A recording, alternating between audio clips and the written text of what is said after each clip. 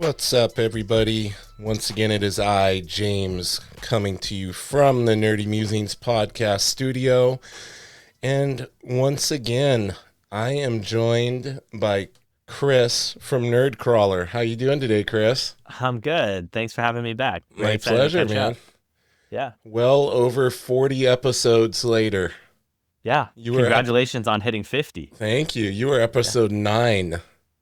I feel very fortunate to be a small part of the history. And yeah, again, like I said congratulations, but I don't want to minimize it. Like consistency is really hard in this game. And It so really congratulations on getting 50 out and it's still going. Thank you, man. Yeah, it really is. That consistency is king, really. I mean, just the fact that I've been able to somehow put out an episode a week and all Yeah.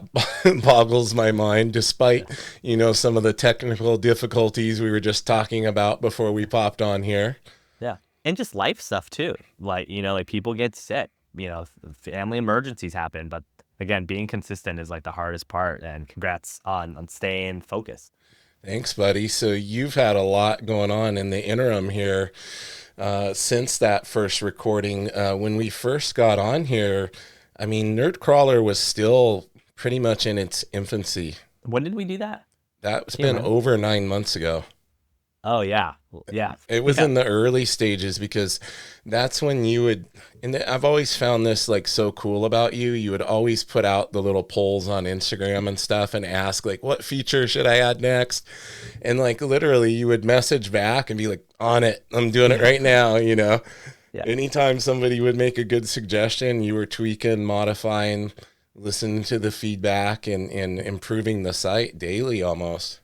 Yeah. I think if there's any lesson I can give to anybody listening who's running a business, it's like just do that. Like ask your customers what they want and then go do it. And I Yeah. think, we'll probably get more to it, but I was at C2E2 this weekend working with Essential Sequential and Comic Sketch Art on some really awesome streams and partnerships and stuff. And the overwhelming feedback for both of them who have done quite well is like, just listen to your customers, talk to them, Yeah. you know? And actually communicate with them, right? Yeah. Like actually, it's a different type of business, but it's still business. I mean, Hmm. with my jujitsu academy, Hmm. it's funny how many people the feedback I get is, wow, you answered your phone, or wow, you called me back right away, or texted me back right away. I called four other gyms and nobody has responded, and that's been several days. Yeah. That's how I've got the daycare for our son and now our daughter who loves it. But yeah, in this business, I think in any business, but yeah, in this one in particular, where like you're starting out, starting a podcast, starting a marketplace, you live and die by like those early people who say like, oh, like James was legit, Chris was really helpful, like all those Right. little like stars. Like we now have like over 50 5-star reviews like that you can see at nerdcrawler.com/reviews, and each one is like a badge of honor because it's like you actually did something for someone and they Yeah. went out of their way to say, yep, it's legit. Yeah, and you're getting feedback like that and awesome reviews like that, not just from your average Joes like me, but people like Frank Cho and huge superstar artists and creators to the level with which we'll never be are Yeah. giving you props on your site and what you're doing there. So you must be doing something right. Yeah. I thank you for that. Yeah, it's been a wild journey to go from like pure fan and then also like being able to like talk to them and DM them on occasion. But I will say I got a David Finch commission this weekend at C2E2. Waited in line like everybody else. The first thing Good. that I did, ran to the table. So yeah. But yeah, I think to your point of like doing it right, it comes back to like just do right by people. Like whether they are like a regular person or an Arthur Adams or, an art germ, they're still just regular people who want to be treated nicely and heard and listened, and just do that stuff. I think you go pretty far. Definitely. Well, I think it's important that we don't assume that everyone has listened to Yep. the first time you were on here. So why don't you give everybody just your basic little breakdown of what Nerdcrawler is and what you do there? Yeah. So Nerdcrawler is a auction marketplace that allows top verified comic creators, reps, and sellers to sell rare, like one of one or one of few products. So what does that mean? It means things like comic sketches, commissions, signed comics, published original art, and then like really nice like prints and things like that. So think of it like a very curated eBay for like the comic space with powered by comic creators and amazing reps. Um, I think some numbers that I'm comfortable sharing, like we've helped 180 plus sellers since we started in 2024, and we've helped them earn over $1 million in sales. And so it's been wild, but it feels really fun. That's amazing, man. Yeah. Yeah, one of the things that really stood out to me about Nerdcrawler is the fact that you're going out of your way to make this thing that really helps the artists get their work out there as well. You know, I've come to find out that a lot of artists are kind of reclusive, and some of them don't like going to cons and sitting there doing sketches in Yeah. front of people and slaving away at commissions late into the night. So the fact that they now have this platform to be able to get on and sell some of their pieces has to be a great help for them. And I know there's multiple layers to it to where it makes a little bit more sense for them to go through Nerdcrawler versus eBay or some of these Mhm. other platforms. Yeah. On the last note about like it makes more sense. Yeah, I think where we really have found success for our community of sellers is it's just easier to make a listing. The fees are lower. It's a curated community of like really serious buyers, and then our escrow service, right? So all of the sales that go through the Nerdcrawler platform go through our escrow service, where we hold the funds until the buyer receives payment, or sorry, when the buyer receives the piece. At which point, when the buyer confirms that it's all good, we send the money to the seller. And actually, it has helped both sides, where sellers can now ship knowing that their money is safe, and like a fraudulent buyer isn't going to like immediately pull the funds back, because like we've had situations where I fought for a seller and was able to, mediate the situation. And then on the buyer side too, it helps them know that like, great, I'm buying a $8,000 piece.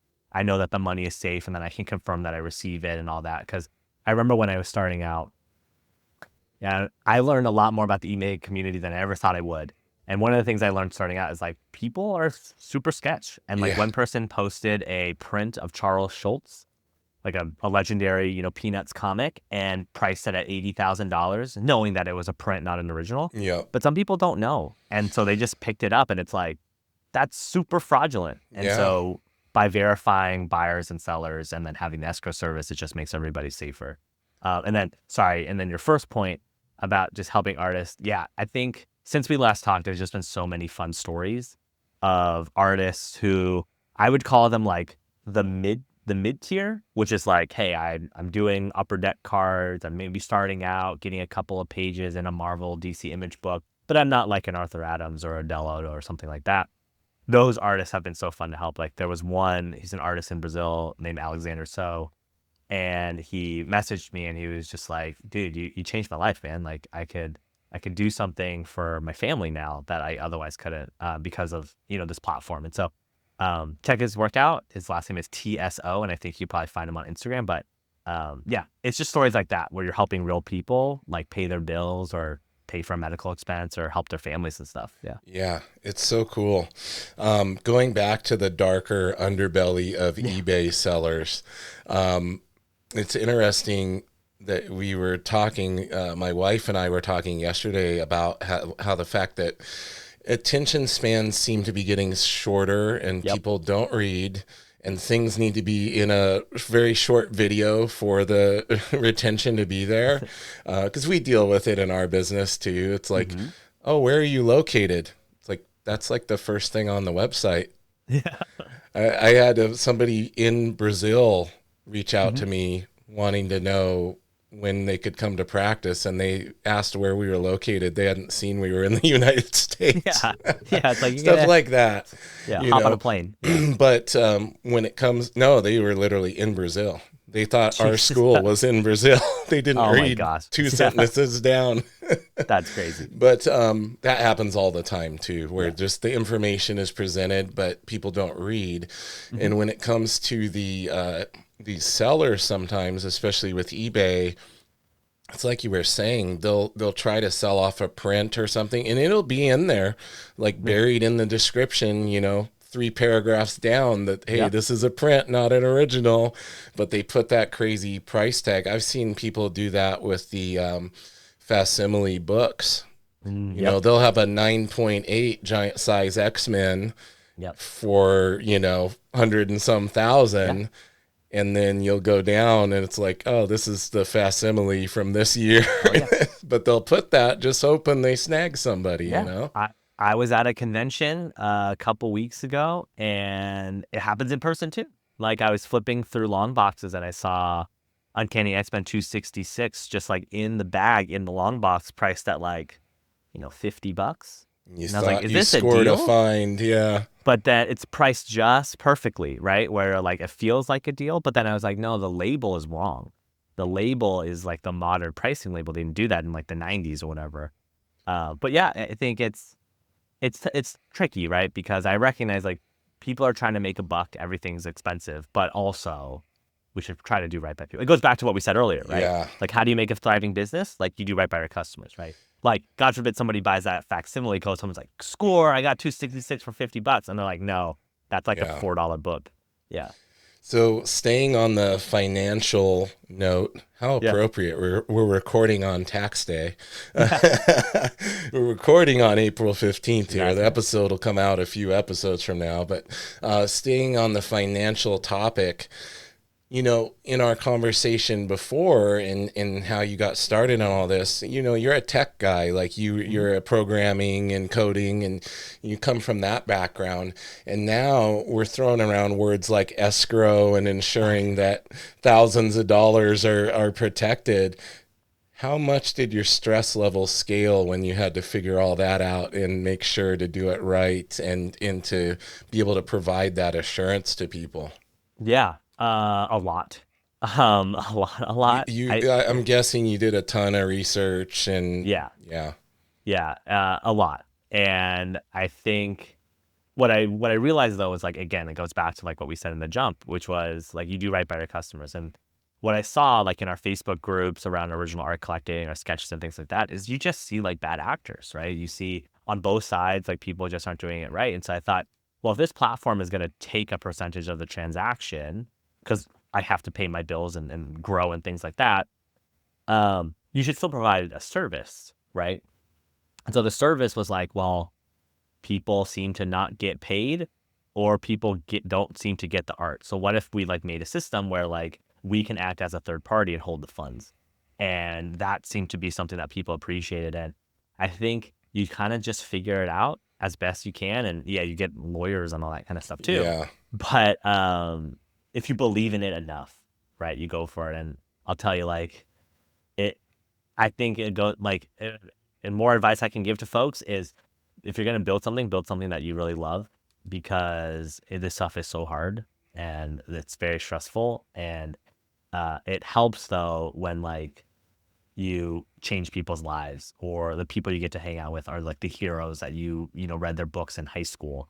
It makes it all worth it. So it makes those harder days worth it. yeah. It really Yeah. goes back to that it's kind of a cliche thing, or it's become a cliche thing where it's like, and I don't think there's such a thing as, do something you love and you'll never work a day in your Sure. life, because there very much is an element of work involved, Yeah. especially in the business side of things. But it really is true when you're doing something you're passionate about. I think there's something that where it really resonates and people can sense the authenticity there, and the fact Yeah. that you're really, you're not only providing a service, but it's also something that you have a passion for, and it's something that you love.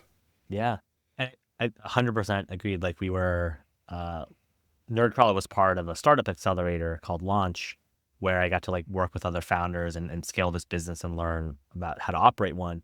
And it was so clear though that like I was building the thing that I really loved, because overwhelmingly when we pitched investors, it was like, it's so clearly like you're the guy for this, right? Like other businesses may be unclear, like, oh, most folks don't necessarily fall in love with software as a service for taxes, right? Like, no one like when they were 6 years old was like, oh, I watched a great tax program and I'm gonna go build that. But like, Yeah. I watched X-Men as a kid, right? And I built a business where I could like do that.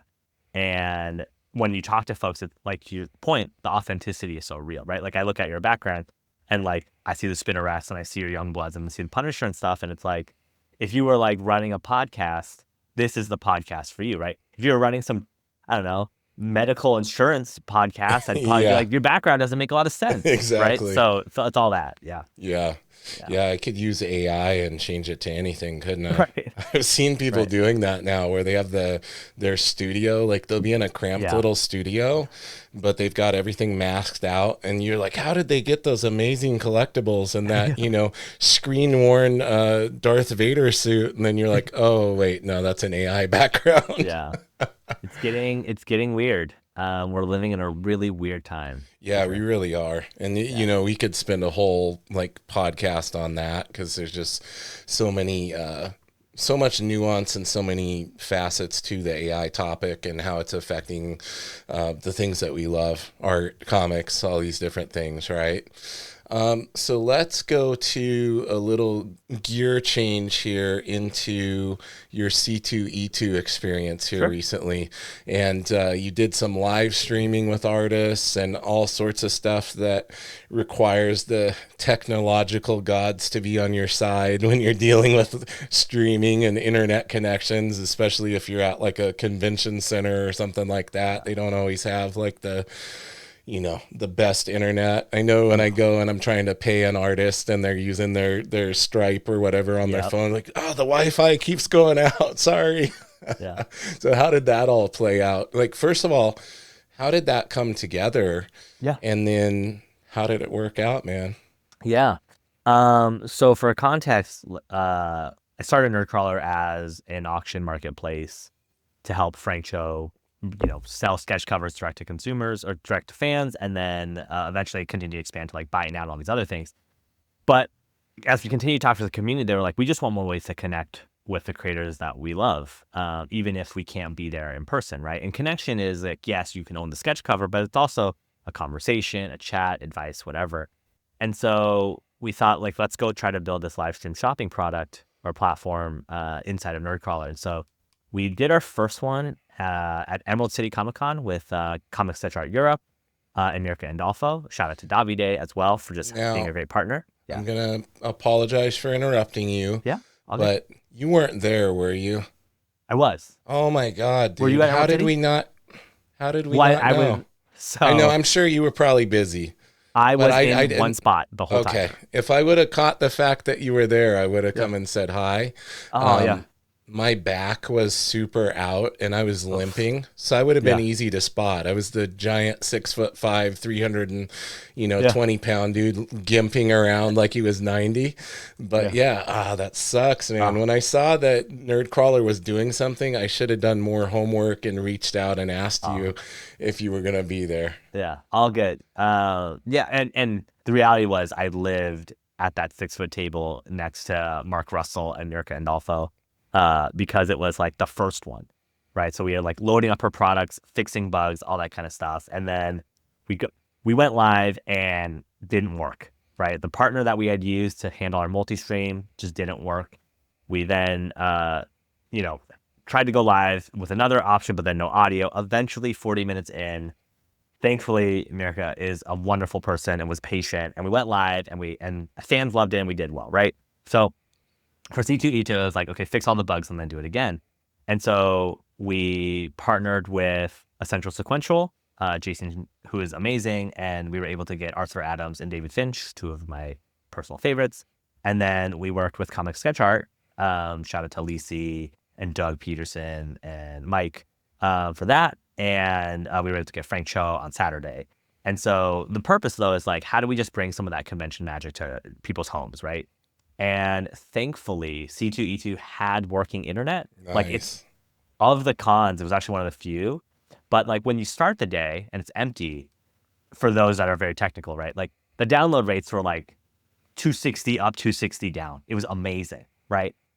So the Arthur Adams one was great. Like that one weren't great. And then by 3 p.m. on Friday when we did the David Finch one, it's like now you're at like 20 up, 20 down. Like it's starting to degrade. Yeah. And there's just so many people. And so we went live and like David was awesome and he drew a Batman and a Spider-Man.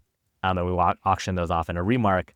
But like we started getting feedback of like, hey, the quality's starting to degrade. And like with Frank's, that was at 3 p.m. So I knew going into it, like it's going to be the same issue. Overall, it was fine, but we got the same feedback, like it's degrading. And so that's like all the technical detail. My short, summary of the experience is like, did we get more fans to experience some of their favorite creators to get to chat with them? Yep. And that was great. And we're going to continue to invest in this experience. Will we start to do more things from people's homes? Probably, because it's great. And then we'll just continue to find solutions for the convention experience because, they're all in one place. So you do want to do fun stuff there and you can see them live and talk with them. But I have some ideas for like at home stuff in the future. And then, well, end with too is like our live stream platform and multi-stream platform isn't just for NerdCrawler to use. We very much want it to be a way for like all creators to just go live. We're talking with a few others that I'll probably announce soon. But the idea is if you're a seller, if you're a streamer, you already probably have a YouTube channel, an Instagram, a Twitch. What makes our NerdCrawler live stream experience a little bit unique is that we just integrate with the existing tools that you use so you can multi-stream. So we're using Squadcast. I'm pretty sure you can add things like RTMP keys. We're also, OBS, StreamYard, whatever. They all take RTMP keys to broadcast live. And so you could just add NerdCrawler as another source and key so you can simul broadcast to our platform, but then you can also start selling on your store when you do go live. And so, or your NerdCrawler That's store. awesome. Yeah. So I was going to ask you about that if you had plans of launching this internally, separate from cons, like have this be something available to the artists and everything on there. That's really cool. Yep. Yeah, and they can start it now if you're approved for auctions. And if you have any questions about it, definitely ping us, chris@nerdcrawler.com. And we're here to help. But yeah, the idea is how do we, fans want more ways to connect with their favorite creators, but creators already have audiences on other places, but they do need a way to kind of like sell books at the same time or, easily capture payment for auctioning off a live drawing. And so we thought, hey, I think NerdCrawler can help make this easier as well. Yeah. Now, will they have an ability, or I'm sure probably knowing you, this functionality is in the back of your head, but will people have the ability to like, similar to Whatnot, how they can put something up and be like, starting now, yep. Swipe to bid, is that functionality already there or is that Correct. Something being planned? It's already there. Yeah. So That's how we were able to live auction the Arthur Adams remark. He did a Psylocke and blanking on the other one. It was a very busy week. I know David did Batman and Spider-Man. But yeah. So you can swipe to bid, all that kind of stuff, go live, set the timer. The reality is it's built with love from the advice of the best sellers I could work with, which are like Comic Sketch Art and Essential Sequential. Yeah. They were the two that just have continued to be huge supporters and giving me feedback on like what they're looking for. And my belief is like, hey, if I build something for them, chances are other sellers will want it too. And so that's kind of how we got here. Like one of the things that they had asked for was like, when we're live, you need to be able to make new listings live in the moment. And so that was a big feature that we had made, and then that's available already too. Yeah. Now, was ECC the first con that you did that at? Yeah. God, dang it, I missed out. Could have been part of history with you. Again, like so you did ECC and C2E2 so far? Correct. Those are the only two that we've done. Okay. Yeah, and then we've done some like at-home shows. Me and my buddy Matt Battaglia, who I work with at Comixology, we're kind of like hosting shows like when we can, like once a week. So we've had like Brandon Graham, who's done like Profit and King City and Moonray. And then we recently had Kevin Mellon, and we're just starting to get more folks just like through the pipeline. And just one, it's like verify the product works so that more sellers can use it at their own home. But also just let's get fans more ways to connect with these creators. So like you could, simul stream if you wanted to NerdCrawler and sell merch or whatever at the same time. Might have to talk to you about that. Yeah. We might have to brainstorm some things. Yeah, absolutely. Yeah. I don't know that I'll be letting go of any of my art though. My as far as my collection, my own personal art, yeah, maybe I'll do something on there. It's getting to a semi decent-ish level, so maybe one day. Yeah. But Yeah, my originals. I've had a few people reach out to me on Nerdcrawler about my gallery and about Oh some of yeah. the Invincible pages I Oh yeah, own. yeah. And it's just so hard for me to fathom like getting rid of any of those. Like Oh yeah. I just traded my friend Justin Mason for Marvel. You know, he's doing the new Thing series and Oh stuff. nice. He did Sentinels. He's done a ton of great work for Marvel already in it early in his career, and Spider Punk and all of Hmm. that. And I just traded him. I had a Haunt double page spread, so it was Otley over Greg Capullo's breakdowns, Wow. and it was. I love Justin, so that's the reason that happened. Otherwise, I'd still be holding on to it. Yeah. But he traded me one of his pages from when he did Spider Punk. It's the Mhm. first appearance of that version of the Rhino, and Oh then cool. it's on my table back here behind me. Yeah. I might show you after the stream. But and then there's a Spawn and Haunt cover he did when McFarlane Oh. ran that the Spawnuary Yeah. cover contest. It was Justin's submission to that. And it's how he didn't win, dude. It's how an AI cover won, even though that was against the rules, Yeah. and Justin didn't win. I will never know. But they booted that AI cover, right? I believe they did, but they never publicly made any kind of statement about what happened or any of that. Mm. So the Yeah. cover that they did say they're releasing was not that one. It Hmm. was one that was an actual artist, Okay. thankfully, like Good. somebody who actually physically did the artwork, but not prompted. You know, they didn't prompt Yeah. it Yeah. unless they're using something we can't detect right now, because we're getting to that point. It's getting harder and harder. Yeah. Oh, yeah. But um, congrats on the pickups though. I mean, I think that's one of the more fun things about this hobby is like, yeah, getting to see what folks Yeah. add to their collections and stuff. Yeah. Yeah, I'm very happy. They're amazing pages, and I think if there's anybody that might get one of my Invincible originals, it might be Justin Yeah. in Yeah. another trade because his work is amazing. Maybe I'll be able to score one of these Thing pages on this book he's doing. Oh yeah. It's crazy. One Like he especially because showed the me a couple yeah. little sneak. I've seen the sneak glimpses he's put out, and they're Yeah. phenomenal. Yeah, especially with the film coming. I Yeah. think the any Fantastic Four things I think will start to like go up for sure. Yeah, definitely. Yeah. So you said you picked up some art from David Finch. Hmm. Have you been continuing to grow your collection? Because it's got to be hard, dude. You're Yeah. surrounded by this daily. You're seeing Yeah. all these amazing pieces on Yeah. there. Do you get a little itchy looking at some of the auctions? Get tempted to maybe pick up some things for yourself from time to time? I do. And I think the tricky part is just like, yeah, not like knowing like my wife is like, hey, Yeah. where the business is young. She Don't like goes, throw it "Hey, around. Yeah. conflicts, Yeah. conflict of interest here, dude." Exactly. But yeah, so Finch was able to get something from him in person, and then at MegaCon, actually, I got something from Rashta Lynn. She had done a in-person like auction event that they do. I think it's called like Comics Art Experience or something. Yeah. And I was able to pick up a pretty big size canvas. It's like behind me in the box. I just have to find a place to Nice. frame it. But yeah, I try to keep it to a minimum though. No more than one a month. I think is kind of the rule. Okay.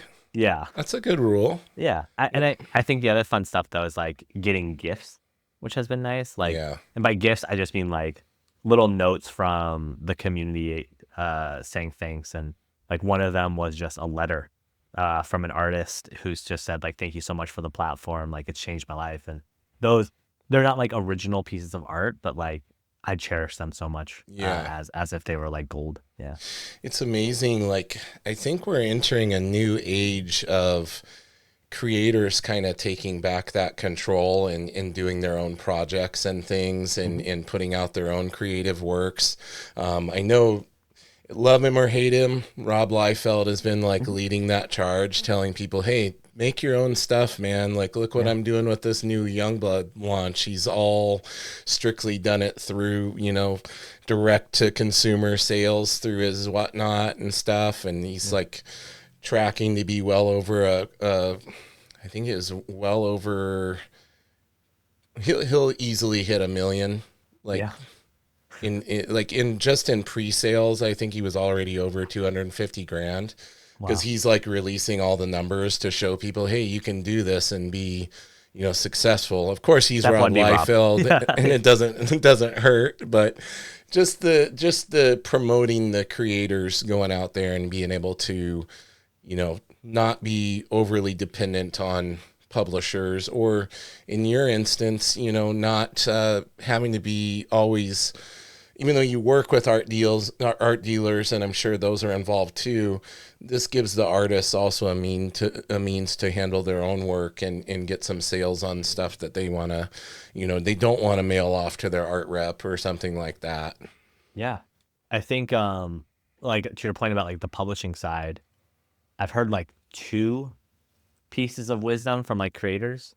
Like one of them is use Marvel and DC as a way to get distribution and Yeah. notoriety, right? It's like getting on the big label, right? Or getting on the big team.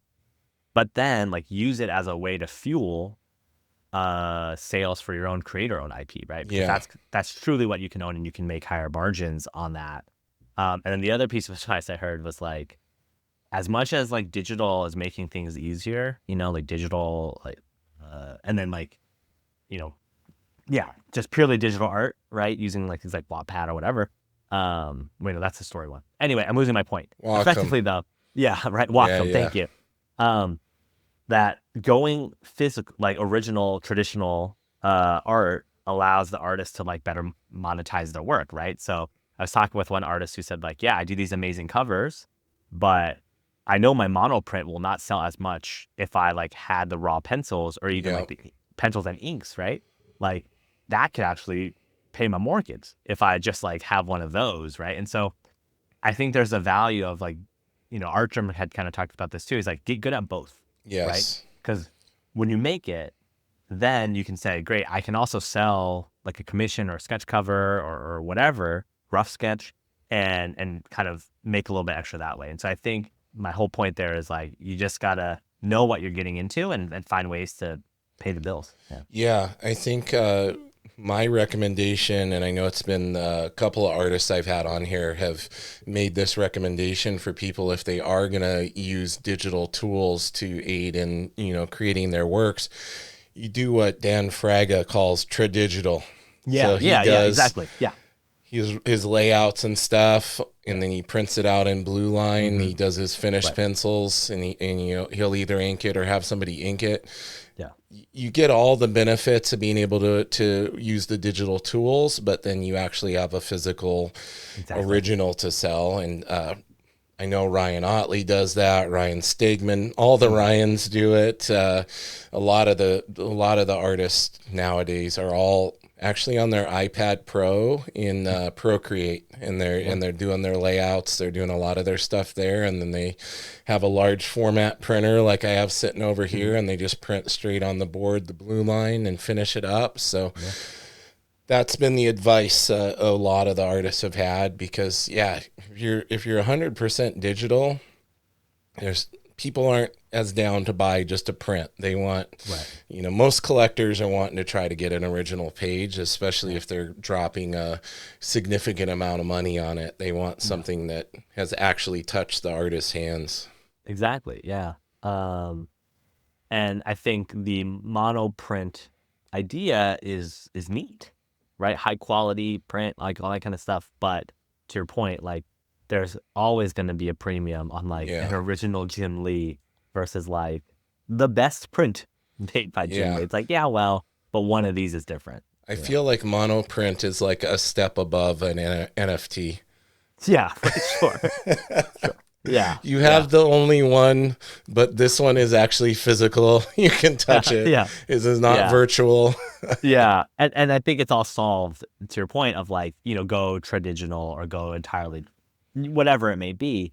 But also like I talking with some artists of like the page deadlines are brutal and you gotta Yes. get creative.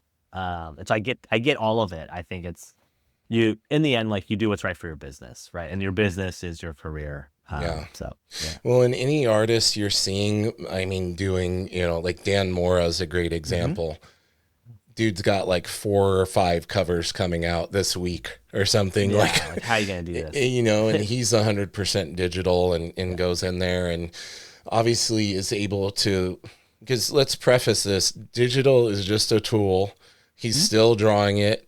Yeah. It just allows to make quicker changes, manipulations of the artwork. I can change the proportion of an arm really quick. If I flip the drawing and see that it's wrong, I'm like, oh, fix it real quick. Boom, Yep. scale, distort. All right, looks good. Now I go in here. It allows to be able to do that more rapidly than you would be able to do if you were on a physical board. But you very much have to have the skills there. But Yeah. that rapid nature and in the ability to utilize and leverage the tools does allow for a greater workload, I believe, Yeah. because there's a reason like Jorge Jimenez, Dan Hmm. Mora, Pepe Larraz, like most of them are all 100% digital, and they're the ones like putting out these crazy workloads, which Yeah. we just don't see that from a lot of artists nowadays who are 100% traditional. That's always been kind of the killer of the traditional artists, is the fact that you can only do so much work. Like if you're doing a page a day, you're doing great. And some of these Yeah. digital guys are doing like 3 or 4 pages a day. Yeah. And then once the tool is available, it changes the game and the expectation, right? And so I think I was talking to some folks that, one of the big publishers is saying, you need like about a 5 week turnaround, Yeah. right? So you're like, okay, 5 week turnaround, 22 page book. I have to like let's not knock the, like, every artist is effectively cinematographer, fashion designer, head of lighting, like every single job you see in a film, right?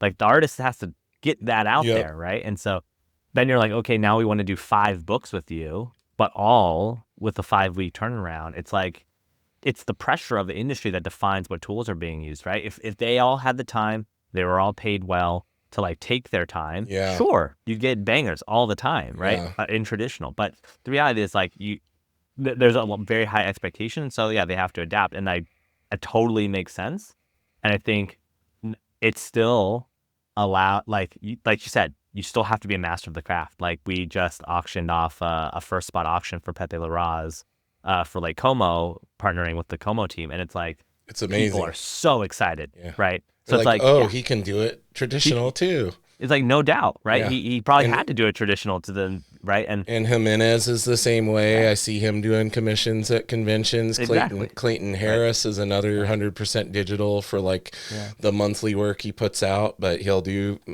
it looks the same. He can do it. He's yeah. not using a magic click a button and it makes the drawing. I mean, Well, and it's wild too, because like, talking with some folks who are less familiar, but like wanted to learn more about the business, and they saw some of these art germ pieces that he did for our Trober, and they were like, "This is digital, right?" And I was like, "No, yeah. that is him drawing it." And they were like, "That's crazy." And I think to all the people that we just said, right, Jorge Jimenez, Dan Yeah. Mora, right, you have to actually step one, be a master of your work too. One, then two, it's like, okay, now use the tools you need to handle the number of clients you have, Yeah. right? And so like Artgerm, the whole list goes on and on and on. It's like they're all fantastic. It's just, they got to go digital for interior sometimes because they got to get the page rates to Yeah. hit the deadline. But then when you get a chance to get that original, right? And I think Green Comic Art, I think is Pepe Larraz's dealer. Check them out. They sell like gangbusters, Yeah. right? Because like now you're like, oh, I get one of those. Yeah. Yeah, and my listeners will get tired of hearing this expression because it's come up a lot lately, but it's one of my absolute favorites when it comes to art, and you can apply it to a lot of different things in life. It's you have to master the ordinary before you Yes. can command the extraordinary. So Yep. all of these guys are masters at their craft, Yep. and that's why they can leverage the digital tools to help them in Exactly. their production. I heard Yep. a silly comparison from an artist. I'm not familiar with his work as not a comic book artist, but he basically said like, I'm paraphrasing. He basically said like, if you're against AI but you use Photoshop or digital tools, your argument is invalid or whatever. Like, yeah, but Photoshop and digital tools don't magically Yeah. draw the art. Like Yeah. the comparison to AI, using Photoshop to draw or Clip Studio or Procreate is very different Yeah. than typing in, I want a picture of a superhero on top of a building crouching down, Yeah. click. All right, make me 5,000 variations of it. I'll pick the one I like. Like, very different Yeah. ball game. Yeah. I think the like where is the genesis of creation was a word that an advisor and a friend had used, is like the genesis of creation and the act of making, it should be on the human, right? And the human making the thing. So like to and I think the argument is like, oh well, like I created the prompt though. And it's like, no, but like the act of actually turning that into Yeah. the object is another individual, right? A human being in the loop, right? Archerm had used an expression like, my editors, like he's like, I have prompt engineers. They're called my editors, right? Like, but like they never would say like, oh, they drew an Archerm. It's like, Yeah. no, I drew it like after working with them, but like to claim then that like, oh, I'm an exceptional AI artist because I like prompted a robot. Yeah. It's like that's ridiculous. It's And like the Thor with Bruce Banner. Did yeah, you really though? yeah. Like, Or like even some of this like I'm personally just frustrated with like the Studio Ghibli stuff. yeah, definitely. Because it's like the antithesis of everything he believes.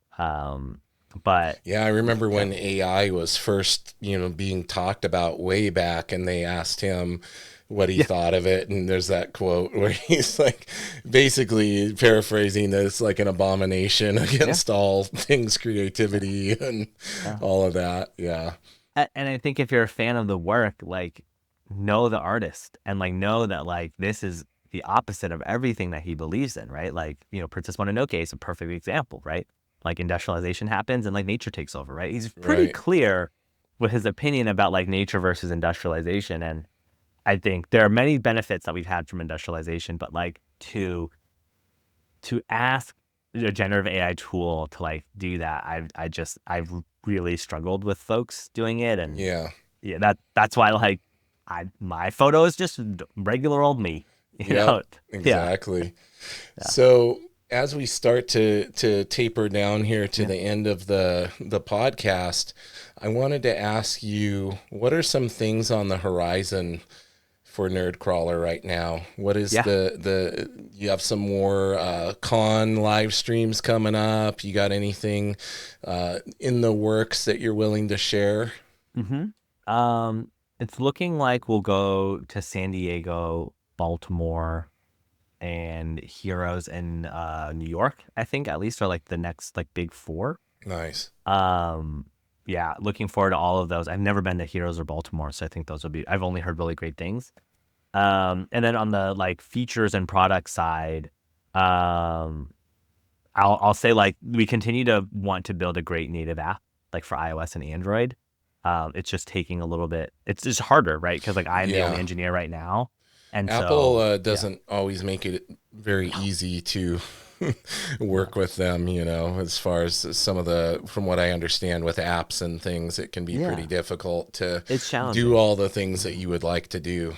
Yeah, and it's also like a different language. So I think I'm looking forward to things like growing the team, getting some help finally to not be the only person, like full time at least. Though I have like advisors and contractors who have helped, but like having more full time help will be really great. But I would say like continuing to just launch native apps, making the site look better. There's more. I can't say anything yet, but what I can say is, we know that the UX and user experience of the site can just be better, and we're looking forward to just like releasing some stuff to make that a lot better. And then, yeah, I'll leave it there. I'd say like the big two are like, Nice. how do we just make this product look as amazing and prestigious as the art that we're selling, and also how do we make an iOS and Android app, because like that's really where people are at now, and we want to meet all of our customers where they are and make it as easy as possible for them. Very cool. Well, the Yeah. last thing I want to ask you before I give you the spotlight to let everybody know where to find you, um, who's your favorite comic book character, man? Oh, a big Can you narrow clue. it? Can you narrow it down? I see some uh, stuff behind you. yeah. So I'd say like as a pair, I've always been a Gambit and Rogue person, but as a single character, I would go Gambit. The reason is like just grew up with that X-Men 92, Yeah. and I saw Gambit as a character, and for better or worse, I think like my inspiration for love is like Gambit and Rogue, of like two people who make immense sacrifices to be with each other, whether it's, no physical touch or Yeah. emotional trauma or whatever it may Yeah, be. it's pretty deep, isn't it? Yeah, right. Like love transcends all that. And I think I just early on latched onto that as inspiration. And yeah, I just continue to back them as a team. And I'm looking forward to that big clue that they dropped in X-Men 97 season 1, that Apocalypse shows up. Though, I mean, it's very old comics. I don't feel like this is a spoiler. Yeah. Uh, I hope they handle his version of where he will be going differently, because they didn't necessarily like the power set that he got Right. when he was transformed. Yeah, Yeah. is what I'll say. Yeah, and we Yeah, know we're getting Gambit in Avengers Doomsday, I know. so Oh, that's that. cool. Not And to our go and on. our original, a Yeah, lot of our original X-Men. yeah. Not to get too long-winded there, but I have been cheering for Channing Tatum to be Gambit for such a long time, Yeah, you and me and both, man. yeah. And when he finally, like, unfortunately, with two young kids, I couldn't watch Deadpool and Wolverine when it came out, but I had Yeah. like seen the spoiler like the Tuesday after, and I was like, oh my god, this is really happening. And I know they hammed it up, like they intentionally hammed it up because he's supposed to be like a comedic, Oh foil yeah. in the group. I'm really curious to see like how they'll handle him in Doomsday, and then what comes after. I don't necessarily think we're gonna get Channing Tatum forever. I Yeah. feel like they're gonna hard reset everything, and then I'm really curious to see who are the X Men they're gonna pick when they officially launch the MCU X Men. Who are the actors gonna be? How young they will be, because they went like a long amount of runway. Yeah, they So really it'll all did. be fun. Yeah. Yeah, I can tell you as somebody that was there like opening day Yeah. that one, I didn't get anything spoiled for me. Somehow Nice. magically, I dodged all the spoilers. And for me, when Blade walked Yeah. out, I was like, I did not know I needed that. I did Yeah. not That know I was needed wild. Wesley Snipes' Blade in the MCU Oh. until he came out and I lost it. I'm like, Yeah. holy cow. And Yeah. then Gambit comes out. It's like, Yeah. whoa, Oh dude. my god. I want to like rewatch it. Yeah. They're actually doing this. And the crowd just went nuts in the theater, packed theater. Oh my god. Yeah. Such a That cool experience. I haven't had that feeling. So now that I live in Northern California, like in the suburbs, it's just a Yeah. different vibe.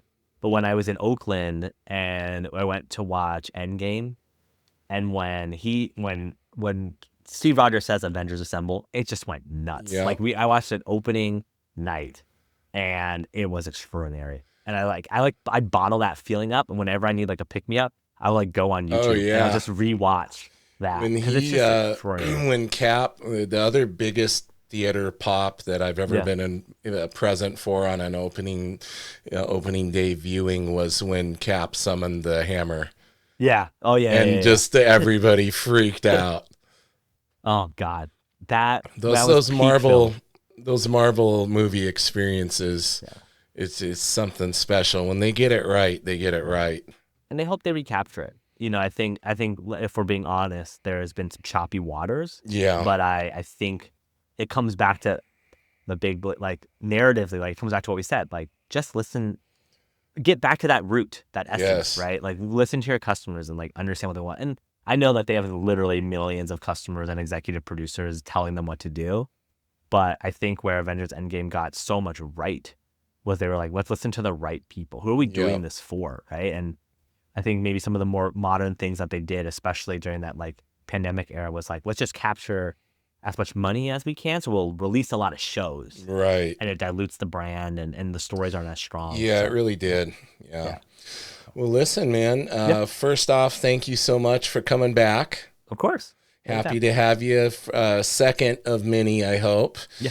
And I want to give you the spotlight now and let everybody know where to find you. Yeah. where to find Nerdcrawler, where to find you on social media, how to get a hold of you, all that pertinent info. Take it Cool. away. Yeah. So Nerdcrawler is at nerdcrawler.com. Our most active social channel is Instagram because again, like I'm spread pretty thin, but yeah, you can instagram.com/nerdcrawler.dot.com. Yeah, that's usually where we're posting a lot of stuff. A lot of the artists that we work with tag us as collaborators, so you can see a lot of work from amazing people that are up for auction or for sale. If you have questions for me, it's Chris, CHRIS, at nerdcrawler.com. I try to respond back as quickly as I can. And if you see us around at a convention, I will be in one of these, black Nerdcrawler t-shirts. So please say hi. It's always fun to see both artists, reps, fans, whoever, just being able to talk to you guys in person. I think there's something really magical about that stuff and hanging out live. And so ideally, depending on which shows we do, I'll probably organize like a happy hour at some of these so that we can get like artists and fans in one place and like just have a nice drink. So that's where we're at. Very cool. Well, thank you again, Chris. Hang out with me for a moment here while I give my spiel. Everybody, if you're listening, you know where to find the podcast. I would ask that you like, subscribe, share, all that fun stuff, just because it helps get the podcast seen a little bit more, let people know it exists. If you want to do a review over on Apple Podcast or anywhere else, that'd be greatly appreciated. We've got a lot of amazing people coming on the show here coming up, so make sure you set your notifications, click the little bell, all that good stuff. And I always recommend checking out the YouTube version because most of the time people have awesome stuff behind them, just like Chris does right now with his artwork and his expensive Rogue and Gambit statue I'm spotting over his shoulder. So make sure you check us out on youtube.com/@nerdymusings. It's NERDYMEWZINGS. In the meantime, everybody, keep it nerdy.